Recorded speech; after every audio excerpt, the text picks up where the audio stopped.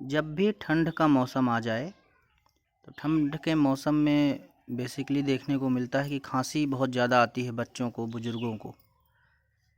तो खांसी के लिए क्या करें, जब भी ठंड का मौसम आए तो नारियल की जो जटाएं होती हैं उसको आग लगाकर राख बना के घर में रख लें। जब भी खांसी आए तो अदरक रस और शहद से दिन में 2 बार चाट लें। कैसी भी खांसी हो एकदम ठीक हो जाती है।